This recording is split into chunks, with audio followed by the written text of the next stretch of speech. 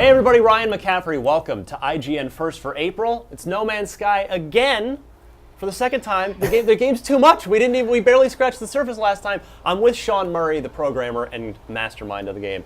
Sean, you've been so kind. We're going to lock you here for a month. I like the term mastermind. So good, right? I can stay. I'm happy to stay. So one thing that people have wanted to see from No Man's Sky is just more of it in long, continuous chunks to see what it really is. So would you kindly oblige? Could you sit here for the next 20 or 25 minutes and show us some video game? Yeah, sure. I'd really like to actually. Excellent. I mean, I think when we've shown the game off previously, we've been doing something like we've been on stage at E3 and things like that, and which is cool, but we've had to focus on like giant dinosaurs and things like that.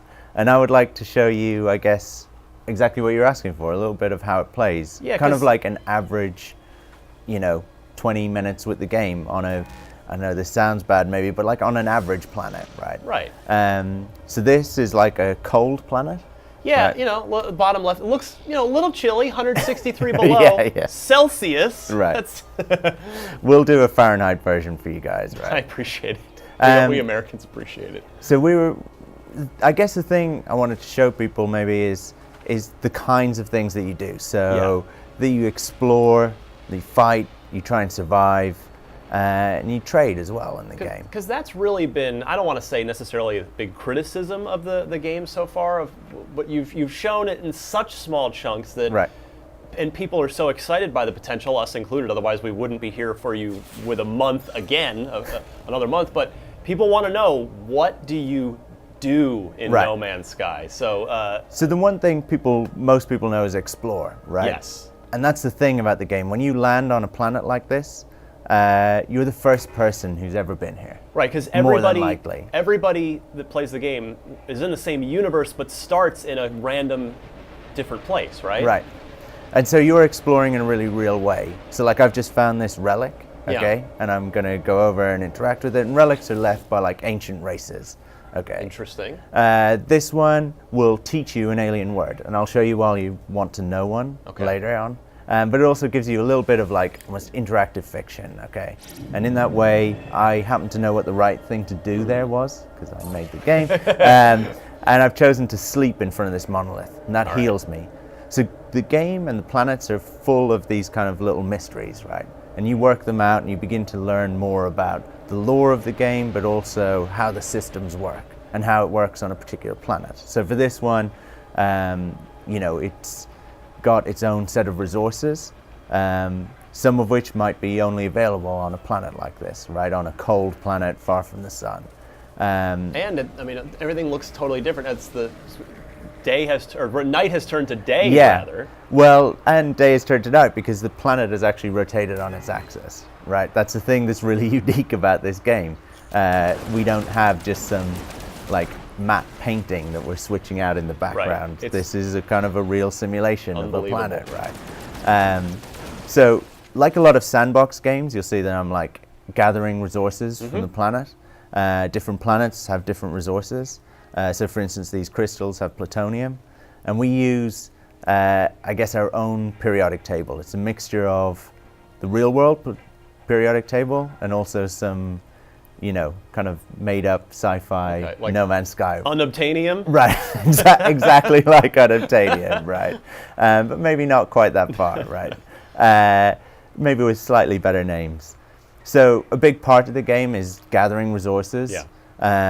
Combining them to create products or to build technologies, right? And I'll show you that in a sec. Awesome. So another thing, as well as exploring, a big part of what you're trying to do is survive, right? And so like you Getting saw a little nippy out there. yeah. So it's an extremely cold planet, and you'll see in the bottom left-hand corner that I'm slowly freezing, right?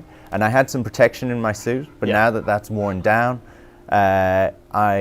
I'm starting to take damage, and I need to get in out of the cold. So I need to seek cover in some way. I decided to jump in here into my inventory, and I can have an inventory for my suit, my weapon, and my ship. Okay. I'm going to install some tech, right? And that's tech that I've explored and found. Okay. on another planet. Oh, I like the sound of land disruptor. Right. So I've got some silicon and some sulfur, so I can build this, and then I can now modify the world around me a little bit. Nice. And so I found a little cave, yeah. And that wasn't just luck. There is caves, like huge cave networks, pretty much everywhere on this planet. And they go on like for kilometers, right? And it's way warmer in here. Right, exactly. So I can stay in here and it's a little bit safer. I can kind of warm up. Yeah. And now that I've got this tech, I can actually, create my own shelter. I can find resources that might not have been possible otherwise, or that no one else has found, and kind of find cave networks and things like that. Nice. So I'm just going to hop out. Check out.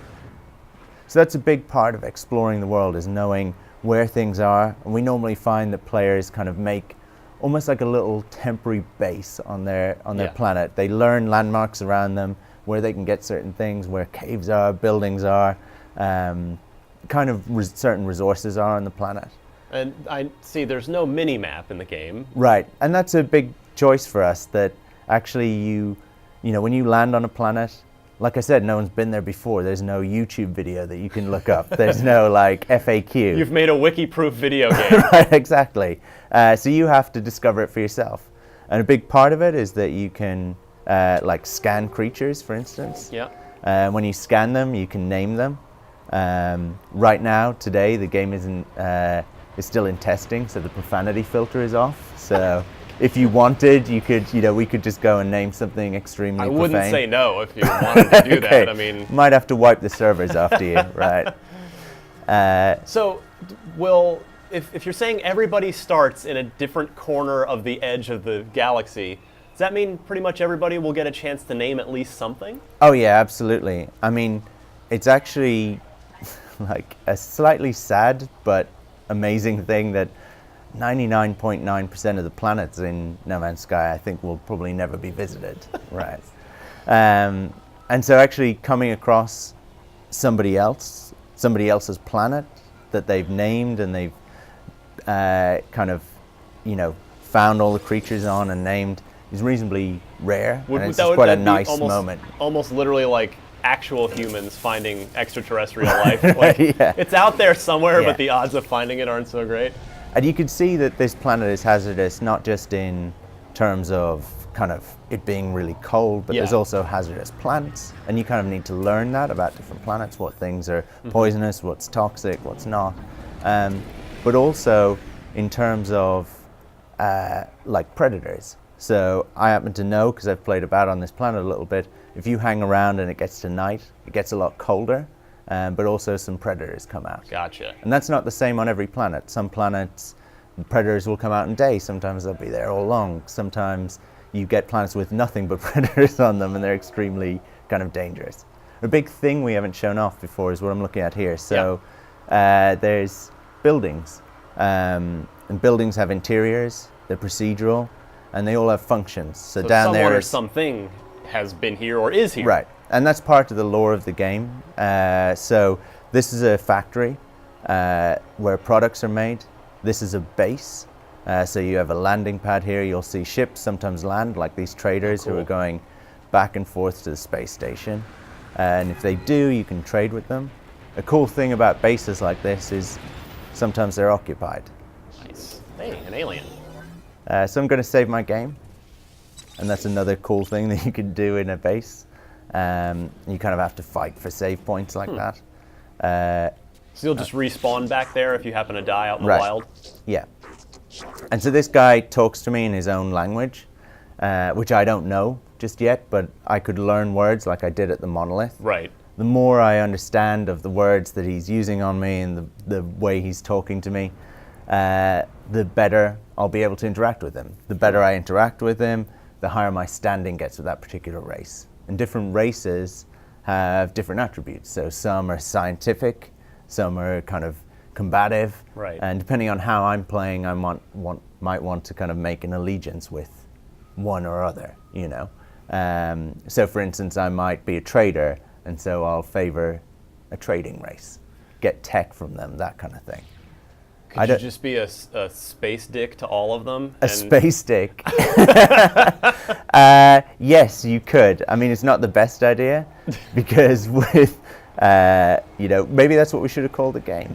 That was our working title. That's a code name. Yeah. The problem with being a space dick is that you need like aliens to be able to interact with them so that they will sell you new ships, new weapons, and so that you can trade with them. So you need at least shaky alliances at worst. Well, it's best. It's best if you do, but it's totally up to you, right? So this is a factory. Okay. Factories are protected, and they normally have reinforced doors like this. And so if I want to get what's in there, which is a product recipe, right, then I need to break in. Well, if you had a great standing with that alien you just saw, would he just unlock this for you and let you in? Well, normally what you would do is you would hack into this. That would be the best way. Okay. But yes, you can have a really good standing with the NPCs, and they will just give you product recipes. Got it. Okay, right? cool. For me, I've got no choice but to try and just blow the door Just in. brute force it. Right. Okay. And that's not the best idea because it gets this sentinel attention. We've seen these before. The sort of watchers of planets, and they will pay me attention if I'm effectively upsetting the flow of the planet, upsetting its natural state, right? So, for instance, if I was mining those crystals too much, then they would pay me more attention.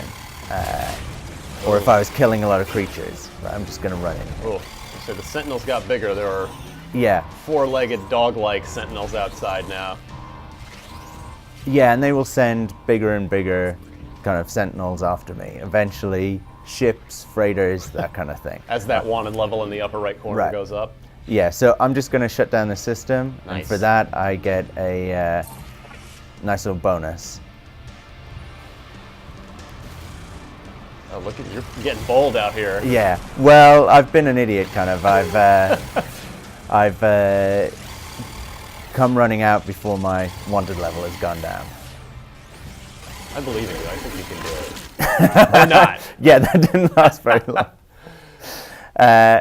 Okay, so I've died, and I'll restart back at the base, right? Got it. Okay. Where I saved my game. So a cool thing here is that we've showed kind of combat, we've showed trading, which is what you would do with those aliens and NPCs, showed exploring, surviving. Those are the kind of things that you do in the game, right? It's a survival game, it's a sandbox game. But above us all the time is space, right? So we've just been playing in this small little area and seen those things, but up there is another planet, space station, traders going about their business, so we want to get out there. There's a landing pad here that I want to use, but it needs a bypass chip, so I'm going to have to build that. So if I go into my UI and try and build a technology, or build a product, I should say, I can try and build this bypass chip. I need some silicon and some more plutonium for that. So if I was fresh to the game, if I was new to it, then I wouldn't know where to get those things. I would have to play and figure it out, right? And start figuring out the rules of this universe, I guess. Or I could but you've probably... got your scanner, right? Yeah, I could scan for these things, and that's helpful. Probably starting off the game, I don't have that scanner, but that's probably one of the first techs that I'd build. Got it.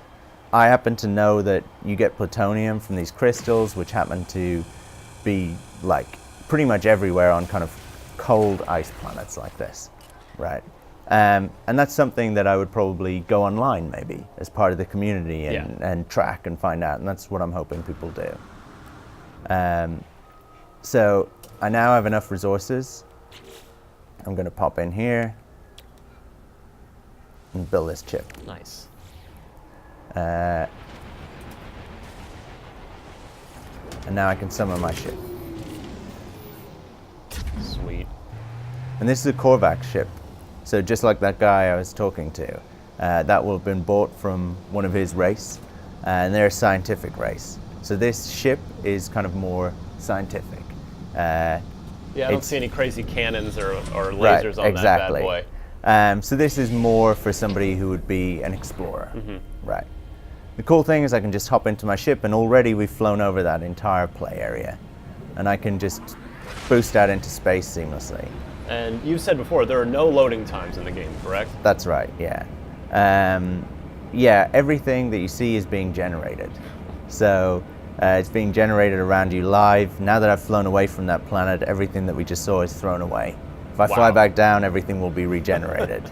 All those creatures, all the terrain, trees, grass, everything. So now that we're out in space, you kind of get an idea of the scale of the game.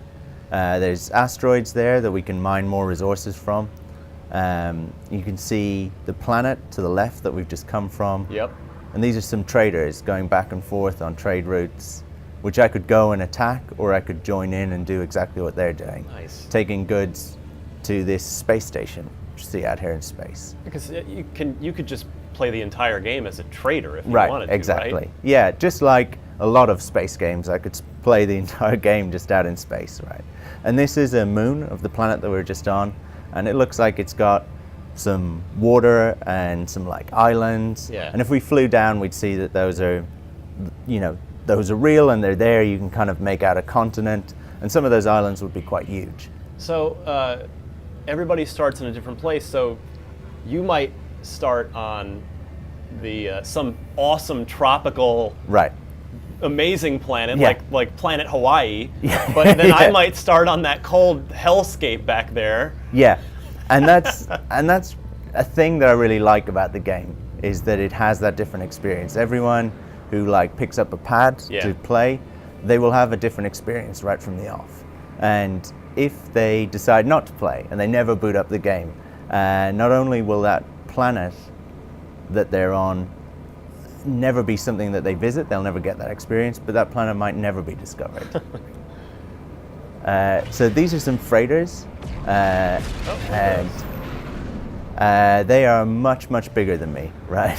But I'm going to do something a little bit stupid just to show you a little bit more of combat. I'm going to try and attack them. And you saw what my ship was like. It's tiny. Right? With virtually no armament. Right, exactly.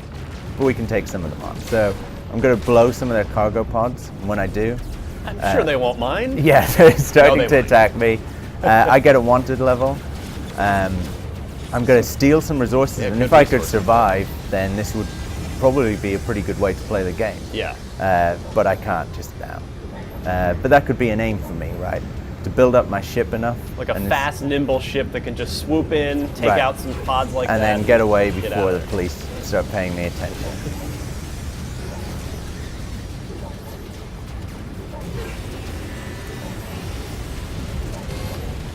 Nice shooting. That was awesome. Oh, so close. Well, that freighter was absolutely pummeling me. So I've died, and I've restarted back at that space station. So that was the space station that we saw from the ground, that we saw out in space, and I'm inside that now. So you didn't respawn back in that pod on the planet. Exactly, yeah.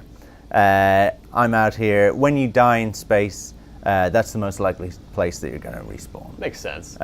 If you get shot down as you're flying over a planet, then you'll restart on that planet with cool, a crash like a crash ship. landing. Nice. Right. That's cool. And the thing that we haven't really shown off before is that not only do the buildings and stuff have interiors, these space stations do as well.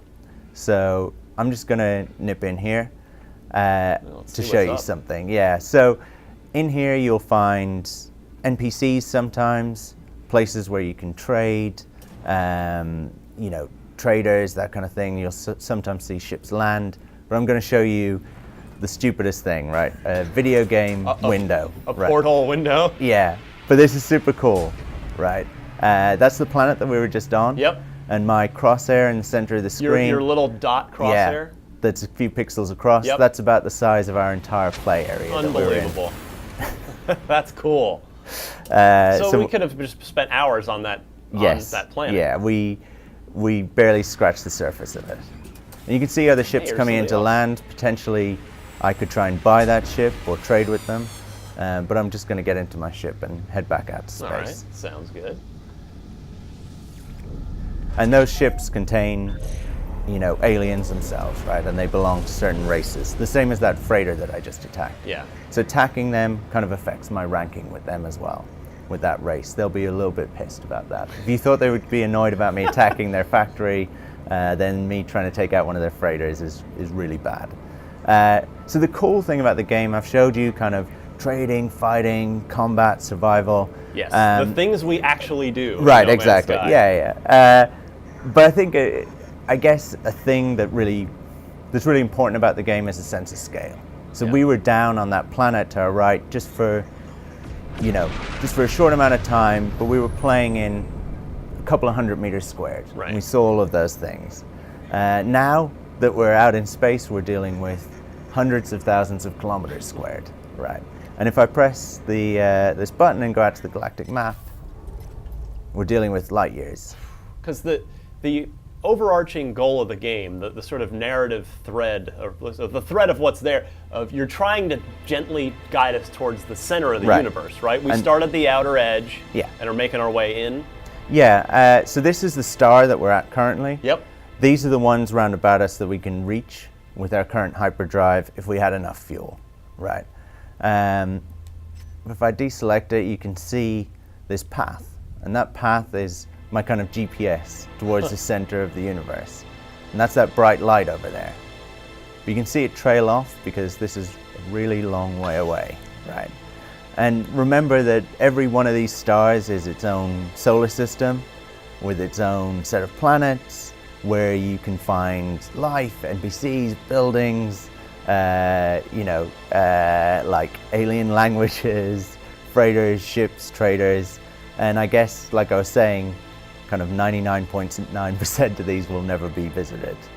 So it's an incredibly hard game to demo in half an hour. You're a madman, but I love you for it. I cannot wait to play more of this. We've shackled Sean to this chair. He's going to be here all month showing us all kinds of different new things from No Man's Sky. So be sure to keep it right here on IGN all month long for much more on No Man's Sky.